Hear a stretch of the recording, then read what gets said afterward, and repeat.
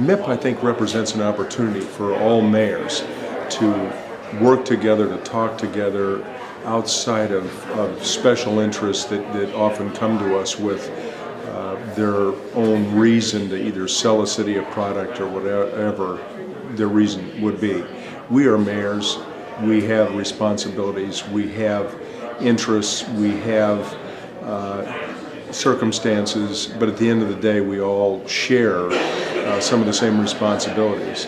And so it's fun to share and around a table in a very open kind of a way how we've overcome problems, whether they be financial, whether they be natural disaster kind of issues, and to share those with one another, and then participate in what we call how should I put it?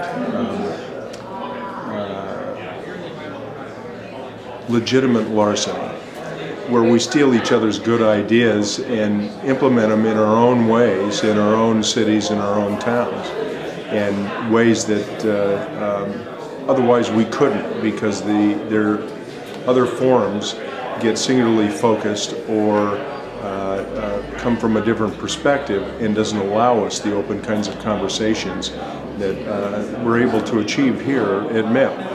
And often we get to, even get on the phone and discuss these issues with other mayors that we meet here, especially if we've heard some really good ideas that they have, and we've exchanged them around the table.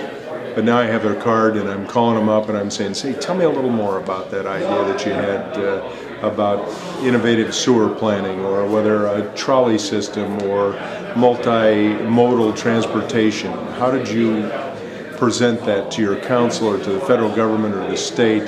How did you fund it? How did you get it from that dream to reality?"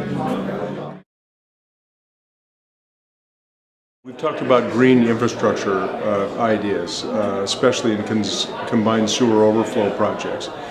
Many of us are in the middle of negotiations with EPA and coming up with solutions, and we've found that there are some new ones out there that go away from that gray infrastructure and actually get water back in the ground, as opposed to as quickly as possible into a river or some tributary, and send our problems downstream as quickly as possible.